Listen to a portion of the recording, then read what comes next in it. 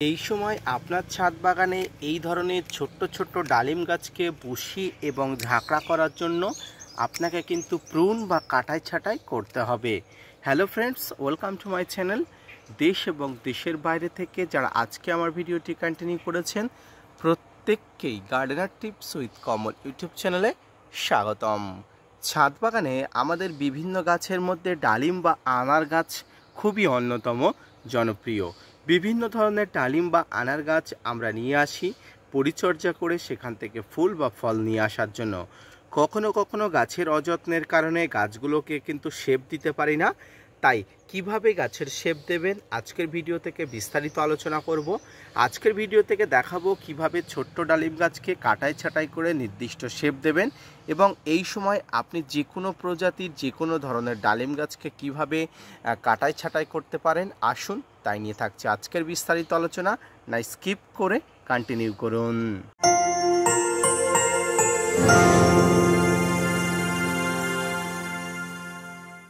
সম্মানিত দর্শক এবং শ্রোতা বন্ধুরা, দেশ এবং দেশের বাইরে থেকে যেখান থেকে আজকে আমার ভিডিওটি কন্টিনিউ করেছেন প্রত্যেককে নমস্কার, সালাম, আদাব জানিয়ে আজকের ছোট্ট উপস্থাপনাটি শুরু করছি। এই মুহূর্তে আপনারা দেখতে পাচ্ছেন আমার প্রায় 10 থেকে 12 ইঞ্চি একটা ছোট্ট টবে একটা ডালিম গাছ আছে। এই ডালিম গাছটি কিন্তু অনেক দিন অযত্নে থাকার কারণে অনেক ছোট ছোট ডালপালা বেরিয়েছে এবং গাছটি কিন্তু কোনোভাবেই বুশি হয়নি। তাই আজকে আমি ভাবলাম এই ডালিম গাছটাকে আমি কিন্তু কাটাই ছাঁটাই করব, প্রুন করব, অযৌক্তিক ডালগুলো কেটে বার দেবো এবং গাছটিকে একবার হার্ড প্রুনিং জন্ম থেকেই করা হয়নি। তাই আজকে দেখাবো আপনাদের কিভাবে আপনি হার্ড প্রুনিং করতে চাইলে এই ধরনের গাছগুলো আপনি হার্ড প্রুনিং করতে পারবেন। তো প্রথমেই আপনাকে যেটা করতে হবে সেটা হলো একটা কাটার বা প্রুনার নিতে হবে।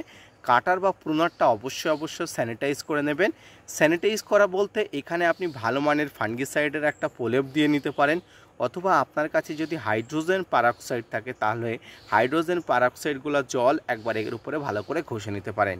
এরপরে যেটা করবেন, গাছের যে ছোট ছোট ডালগুলো সবসময় থাকে সেগুলো কেটে দেবেন এবং সবসময় মনে রাখবেন গাছের যে নিচের দিকে অর্থাৎ মাটি থেকে যে নিচের দিকে ডালগুলো আছে এই ডালগুলো কোনোভাবেই কিন্তু রাখা চলবে না। এই ডালগুলোকে পুরোপুরি কিন্তু একদম ছোট ছোট ডালগুলোকে কিন্তু ফাঁকা করে দিতে হবে, কারণ এই যে মাটির নিচে যত নোংরা থাকবে, আবর্জনা থাকবে, তত কিন্তু এখানে কিন্তু গাছের বৃদ্ধি নানা ধরনের বন্ধ হয়ে যাবে। তাই গাছের গোড়াতে কোনোভাবেই কিন্তু একদম ময়লা আবর্জনা করে রাখা যাবে না। গাছের গোড়াটা পরিষ্কার পরিচ্ছন্ন করতে হবে, আর এই পরিষ্কার পরিচ্ছন্নের জন্য আপনাকে প্রুন বা কাটা ছাঁটাই করতে হবে। ছোট ছোট ডালগুলোকে এইভাবে ধীরে ধীরে কিন্তু একদম মাথা ঠান্ডা করে আপনি উত্তেজনা না হয়ে একদম ছোট ছোট ডালগুলোকে একদম পরিষ্কার পরিচ্ছন্ন করে দিতে হবে। এবং উপরের দিকে আমি আপনাদের একটু দেখাই, দেখুন একদম ছোট ছোট ঘিঞ্জি ডালগুলো আছে। আপনাকে ধৈর্য সহকারে এই ধরনের ছোট ছোট ডালগুলো একদম কিন্তু পরিষ্কার করে দিতে হবে। তো সম্পূর্ণ গাছটাকে আমি প্রুন করব এবং প্রুন করার পরে গাছটাকে কি খাবার দেব আসুন প্রুনটা করে নিই, তারপরে আপনাদের অবশ্যই দেখাবো। তো দেখুন এবারে গাছটি কিন্তু আমি হার্ড প্রুনিং করে ফেলেছি। প্রথমেই বললাম যে হার্ড প্রুনিং করব। এবারে আপনাকে যেটা করতে হবে সেটা হলো অত্যন্ত গুরুত্বপূর্ণ একটি কাজ। সেই কাজটি হলো গাছের এই যে কেটে দেওয়া যে ডালগুলো, এই কেটে দেওয়া ডালগুলোতে অবশ্যই ফাঙ্গিসাইডের প্রলেপ দিতে হবে এবং গাছের যদি ফাঙ্গিসাইডের আপনি প্রলেপ না দেন তাহলে সমগ্র গাছে কিন্তু ফাঙ্গাসের উৎপাত ঘটবে এবং আপনার ছাদ বাগানে গাছটি কিন্তু মারা যাবার সম্ভাবনা অনেক অংশে থাকে। তাই গাছে ফাঙ্গিসাইডের প্রলেপ দিতে গেলে আপনাকে করতে হবে কি, আপনাকে একটা ফাঙ্গিসাইড ভালোভাবে গুলে নেবেন।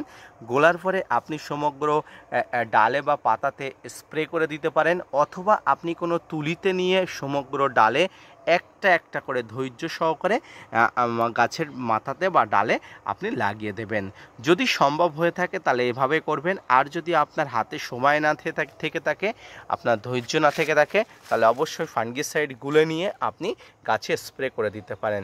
সাপ, ম্যানসার, Bavistin, Ridomil gold, Blitox, blue copper, অ্যাম্পারটিপাইপ, অ্যামিস্টার টপ, অ্যান্ট্রাকল এই ধরনের ফাঙ্গিসাইডগুলো, সঙ্গে আপনার আশেপাশে থাকা পারিপার্শ্বিক আরও যেসব ফাঙ্গিসাইড থাকে সেগুলো ব্যবহার করলেই হবে। কোনো ধরনের চাপ বা অসুবিধা নেই।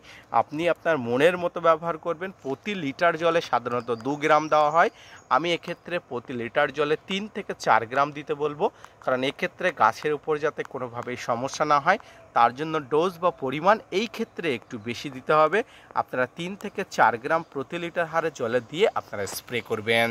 দর্শক শ্রোতা বন্ধুরা, অবশ্যই এই ডালিম গাছে আপনি ফাঙ্গিসাইড স্প্রে করবেন।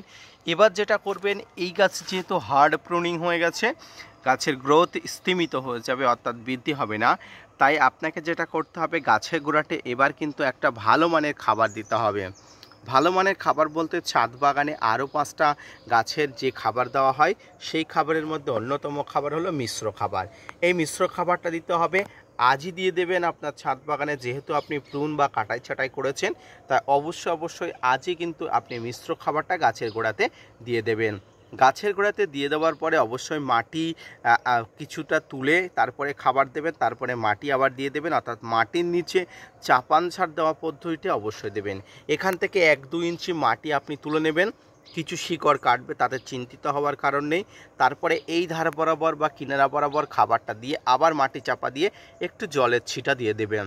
এই পদ্ধতিতেই গাছটিকে আপনার প্রুন বা কাটাই ছাটাই করবেন, এবং গাছটিকে কোনো জায়গায় শিফট করার দরকার নেই। টানা রৌদ্র যেখানে থাকে সেখানেই থাকুক, কোনো অসুবিধা নেই। শুধুমাত্র নিয়মিত জল গাছের গোড়াতে দিয়ে যাবেন, আর কোনো রকম কিছু দরকার নেই। যারা এই ধরনের ছোট ডালিম গাছকে বুশি বা কাটাই ছাটাই করতে চান, আশা করি আজকে বুশি বা কাটাই ছাটাই কীভাবে করতে হয় আপনাদের দেখালাম, বোঝালাম, বুঝলেন। আশা করি বুঝতে পেরেছেন। যদি না বুঝে থাকেন অবশ্যই কমেন্টস করবেন। Gardener tips with Kamal YouTube channel সবসময় আপনাদের পেছনে আছে, আপনাদের সাথে আছে, আপনাদের ভালোর জন্য, আপনাদের ছাদ বাগানের গাছের জন্য, সমগ্র আশেপাশে আপনাদের আছে। তাই ভিডিওটি দেখুন, দেখে ভালো লাগলে শেয়ার করুন এবং চ্যানেলটি সাবস্ক্রাইব করতে ভুলবেন না। ধন্যবাদ।